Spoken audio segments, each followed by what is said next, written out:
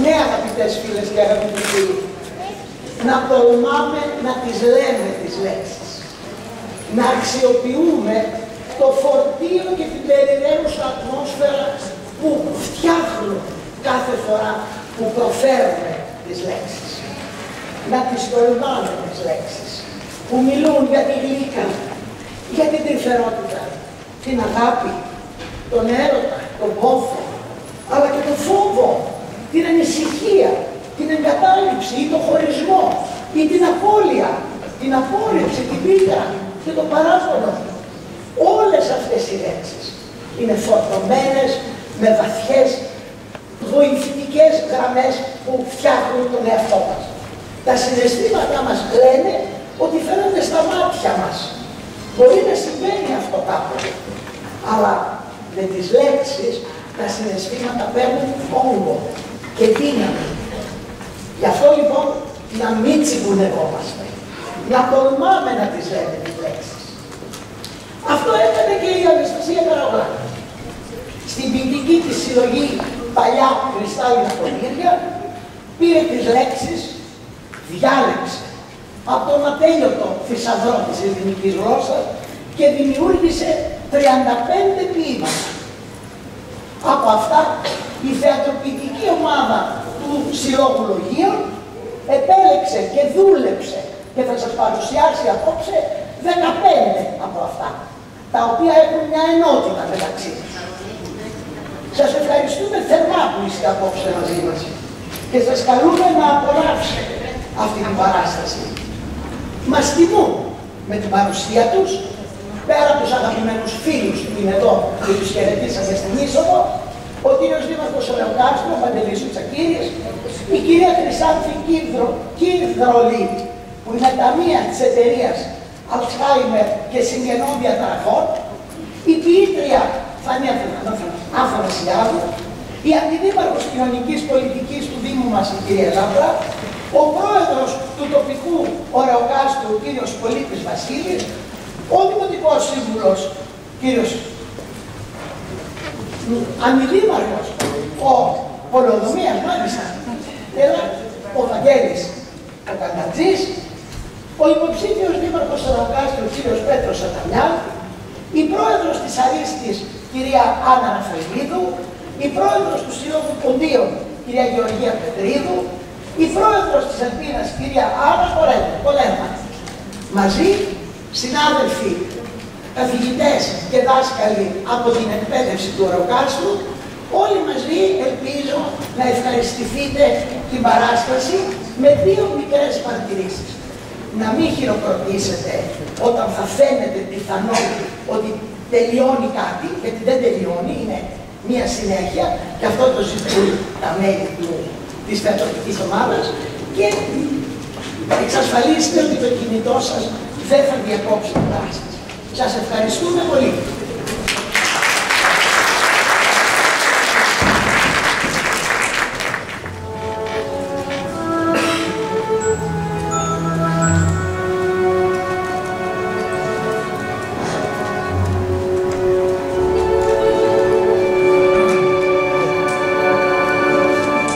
Ασχίζω να βγάλω εκείνη τη συλλογή για τη μνήμη και τη λύθη.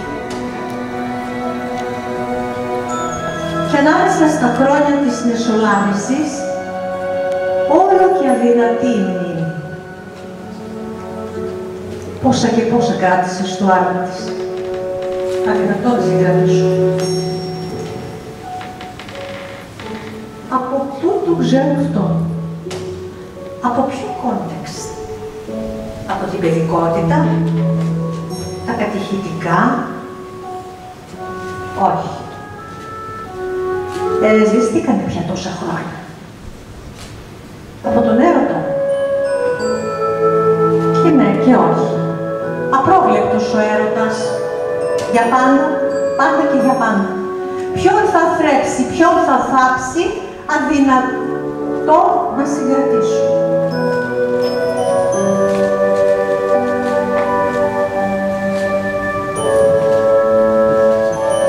Μην είναι τα χρόνια των μαμάδων. Ωραία η αίσθηση. Την έχω ξεπεράσει. και όλες αυτές οι αιώνιες μανούλες μιας αίσθησης αυτοφυούς, μιας δικαίωσης αυτοφυούς. Όχι, από εκεί δεν τον θυμάμαι. Από τον άντρα ίσως. Ίσως, γιατί τον άντρα τον θυμάσαι. Σπανίζουνε τόσο πια οι αντρικές ισορροπίες κι ας πόνεσαν στο διάβατο κοινό οι αποφάσεις τους.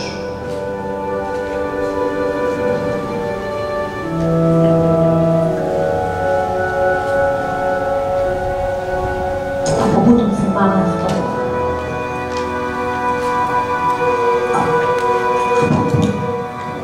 Το βυζί.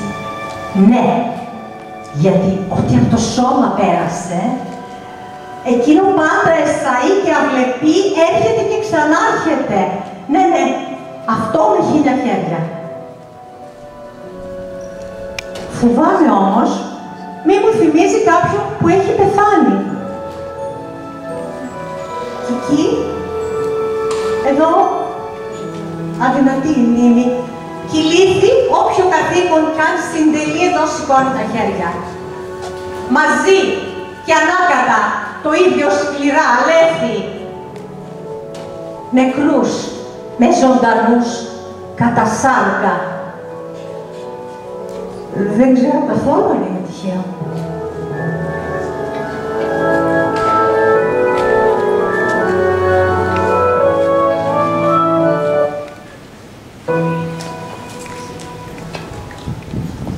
Γεια σας. Να σας πω κάτι. Για τα σοκ, τώρα τελευταία, ήταν κάπως απόμακρη. Βλέπετε, είχε αρχίσει να ξεχνάει, να κλείνεται στον εαυτό της. Σκεφτήκαμε να τη στείλουμε στην Ευρυδική, την αγαπημένη παιδική της φίλη. Χρόνια είχε να τη δει. Μόνο από το τηλέφωνο μιλούσαμε. Ξέραμε πόσο καλό θα της κάνει. Βέβαια, εδώ που τα λέμε, η γιαγιά δεν ήταν καθόλου πρόθυμη να πάει. Όμως, η φίλη της η Ευρυδική, που ήταν μεγάλο βέβαια, έμενε μακριά. Εντάξει, καταλάβατε. Όμως, υπήρχε καλός ένας λόγος. Θέλαμε να καθαρίσουμε το σπίτι. Πράγμα ακατόρθωτο αν ήταν και αυτή εκεί. Μη σπάσουμε το ένα, μη χαλάσουμε το άλλο. Και ιδίως, μην αγγίξουμε τα ποτήρια. Μη τυχόν και σπάσουμε κανένα από τα αγαπημένα της κρυστάλλινα ποτήρια, τα οποία ξεχνούσε και να χρησιμοποιήσει. Αυτή η αιμονή της για τα ποτήρια ήταν απίστευτη. Τέλος πάντων, βρήκαμε την ευκαιρία να ξεσκονίσουμε το σκρίνι. Και καθώς ξεσκονίζαμε και ξεσκονίζαμε, βρήκαμε... Α, αυτό! Ένα κουτί με κρυμμένο θησαυρό.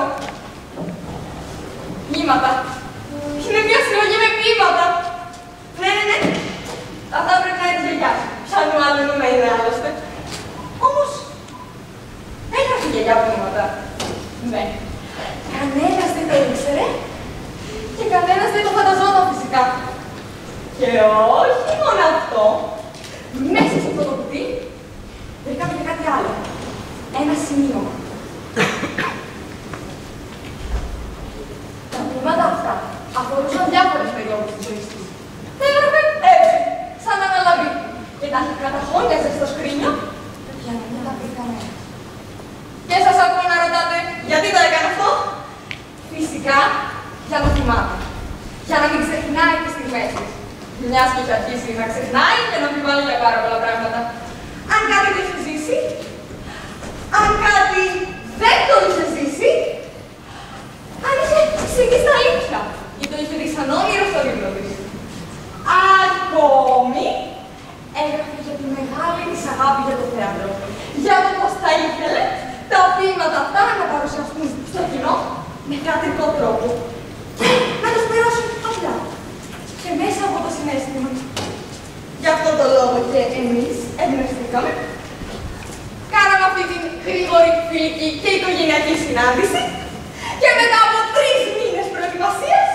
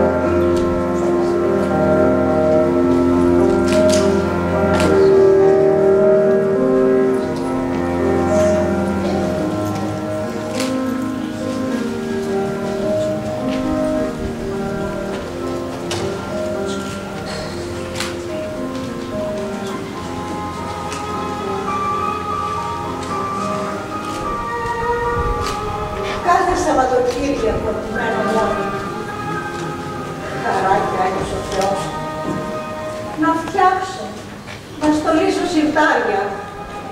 Χάστε τα στόματα τους αναλύσεις. Κατάκοπη γυρνώ από το σπίτι μου στο σπίτι. Κάθε Σαββατοκύριακο βραδάκι.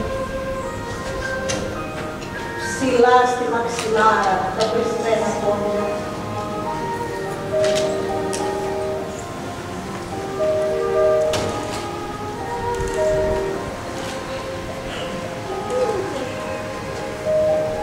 Εντάξει γλάστρες. Τα φυτά. Σερβίτσια πορσελάνης.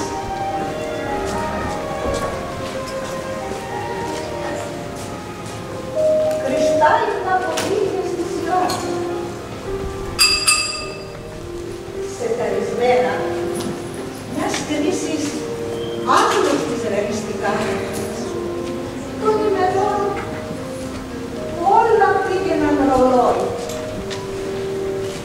Ακριβώς τον κακό. Και πτώματα.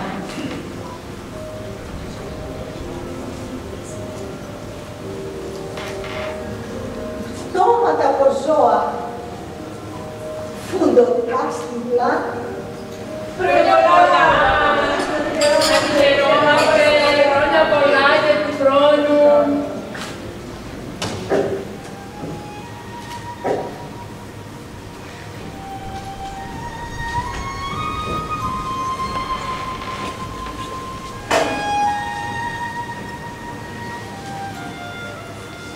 Κάθε Σαββατοκύριακο που μένω μόνη, μετά από χρόνου βουητά ανθρωπολαρίδια, μες στη σιωπή που αφήσαν πίσω οι πολλοί,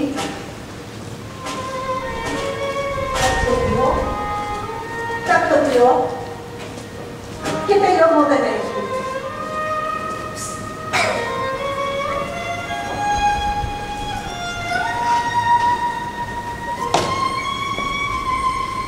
Έμειναν πάλι τα σερβίτσια άπλυτα και τα ποτήρια.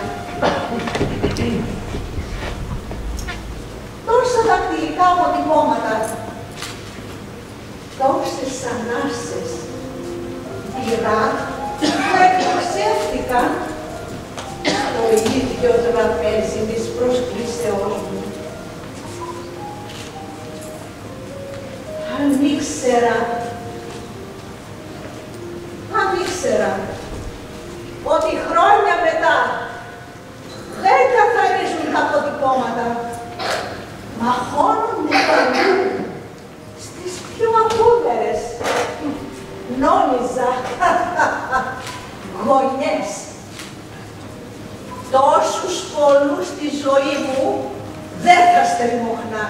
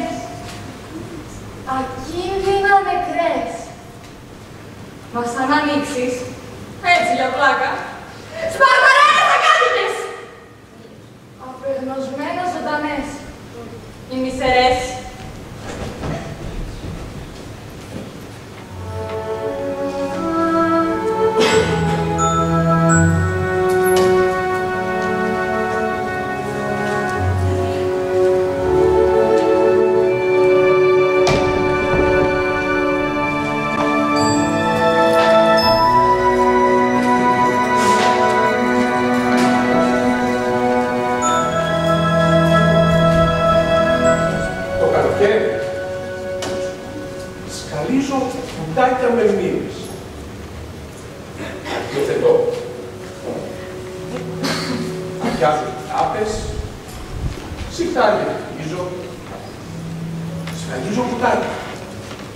Τα κλείνω καλά και εκεί τα πυθώνω κατέτσους. Σφραγίζω κουτάκια, μα μια χαραμάδα αφήνω λεπτή για όποτε θέλω να πάω να ανοίξω της μνήμης αυτής. Πόνο ή χαρά στο πρώτο, το ίδιο αποβάλλει.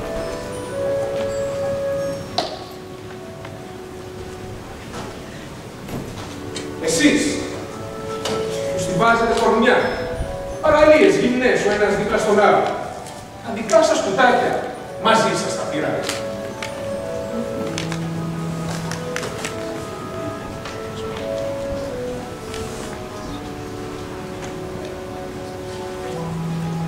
Δεν φτάνει ο χειμώνας ζωή να υδρώνει και την ίδια στιγμή να σφραγίζει κουτάκι. Δεν φτάνει. Το σφράγισμα είναι βαριά ιστορία. Εκεί η γρασία, υδρώντας και βάρη. Δεν φτάνει.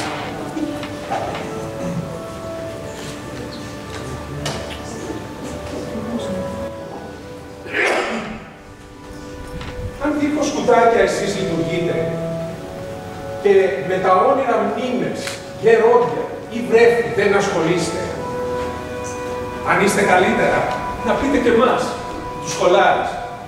Μας βλέπω, 2-3 χαιρετιόμαστε στην παραλία κοντά. Ζεστό αεράκι στο πρόσωπό μας, η συνένεση.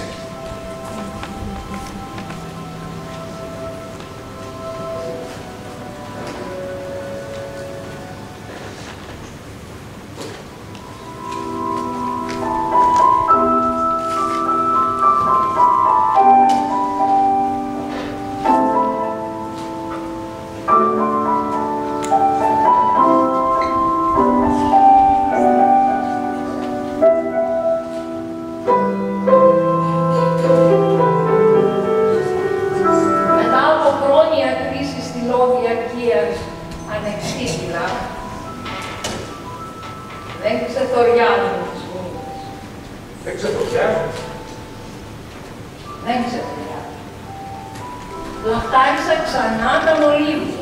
Τα μολύβια? Ναι, τα μολύβια. Ψήνει στη μύτη, συμβαίνει, μικραίνει, μετά φαξισμένα στη φωτιά και ακάθεκτος γράφεις καινούργια σελίδα.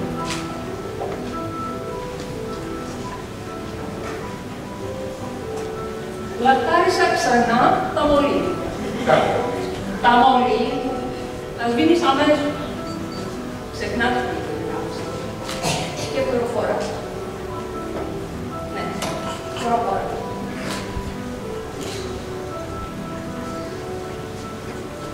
Μολύβια της λύθης, σπλαχνιστείτε τον πεδεμένο νου, των ανεξίτηλων πίκων.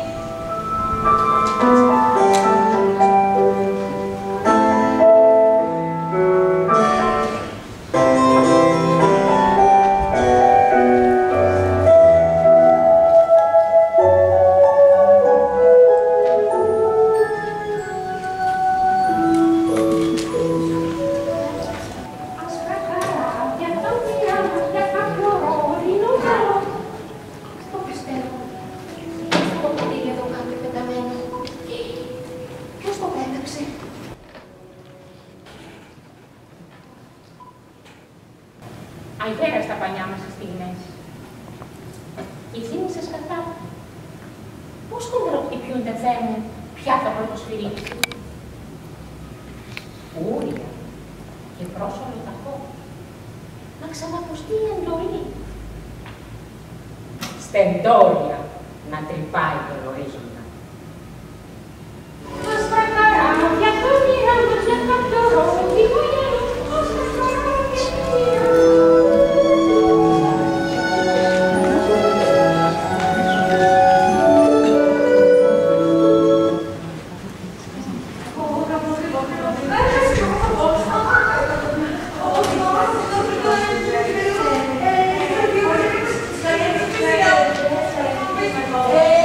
Hey,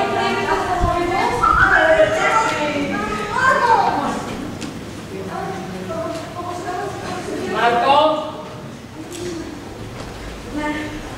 Έμαθες το μάθημα. Ναι. Ακούω. Ο Καποδίστρας συγχρόνως κερδίστηκε η Γεωργία φέροντας νέες καλλιεργητικές μεθόδους. Και... Τι είναι αυτό? Πήγαινε. Πήγαινε να το μάθεις καλά. Νεράκι. Κωνσταντίνα. Ναι. Έτοιμη. Έλα. Ακούω. Ο Ποσειδώνος βρισκόταν εκείνη την περίοδο στις Αιθίωπες για μια θυσία, Τι είναι αυτό, Κωνσταντίνα? Αυτό το διάβασμα έκανες? Μαμούνια, πήγαινε. Πήγαινε σε παρακαλώ πολύ. Θα το μάθεις καλά και εσύ, θα είσαι τέλεια και μετά πάρεις. Μάρκο. Λέγεται. Ο Καποδίστρας έφερε νέες καλλιέργειες στην πατάτα και νέες καλλιεργητικές μεθόδους εξελιχθολογίζοντας Κρασάκι το έμαθες κι εσύ, νεράκι. Έλα, Κωνσταντίνα. Λοιπόν, ακούστε. Ο εχθρός του καλού είναι πάντα το καλύτερο. Και στη ζωή σας θα βάλετε στόχο. Ψηλά. Θα μάθετε να είστε τέλειοι. Αν δεν είστε τέλειοι, η ζωή δεν χαρίζεται. Ακούσατε? Πάτε λοιπόν. Ξεχάστε αυτά που ξέρετε. Η μάνα μου έλεγε στη ζωή τα αυγά δεν τα αγωνεί. Αν πω.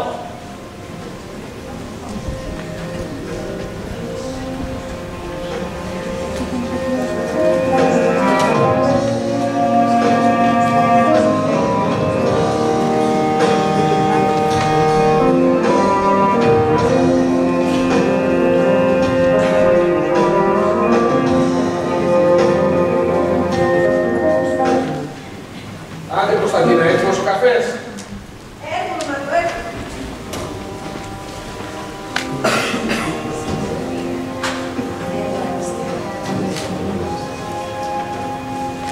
Ξέρεις, σκεφτόμουν. Εκείνη η συνεχής φωνή, πότε δυνατά και πότε σιγανά υπαγορεύει και λέει, σαν αφεντική μητέρα. Και εμείς αρνιόμαστε και αντιδρούμε. Στερώντας μας προσωπικότητα και ελευθερία, πώς μεταναστεύουμε.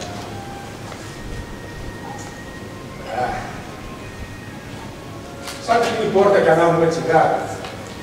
Έτσι σαν μετά από άθλια ερωτοτροπία με τον εαυτό μας. Έρχεται εκείνη η φωνή και μας ζητάει.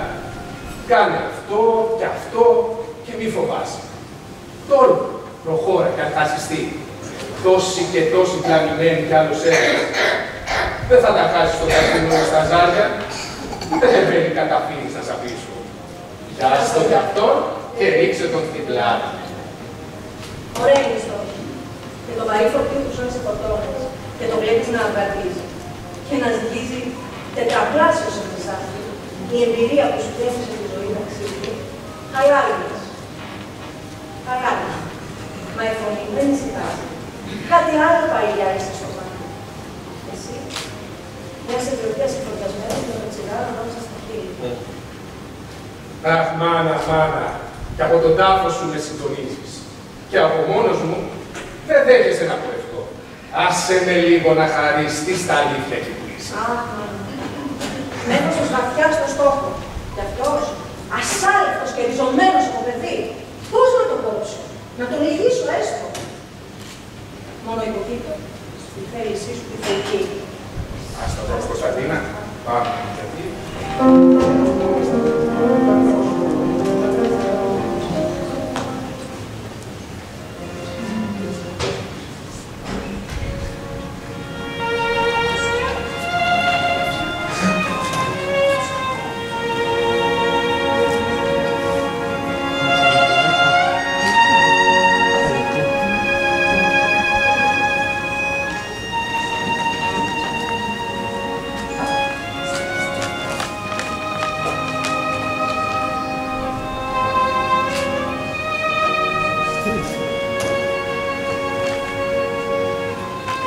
Κάθε νύχτα γερνάω. Με ή χωρίς μακιγιάζ. Εξαρτάται πώς πέφτω στο πλάι. Τότε γερνάω όμορφα, με τις ρητίδες μου αναπαυμένες στον εμπειριών τη μαλακιά επιθερμή. Όταν γριεύουνε τραχιές, που λες που ξεχωρίζουν. Τη στήμηση στο πεπραγμένο. Γεια σου, φίλα. Και την απουσία.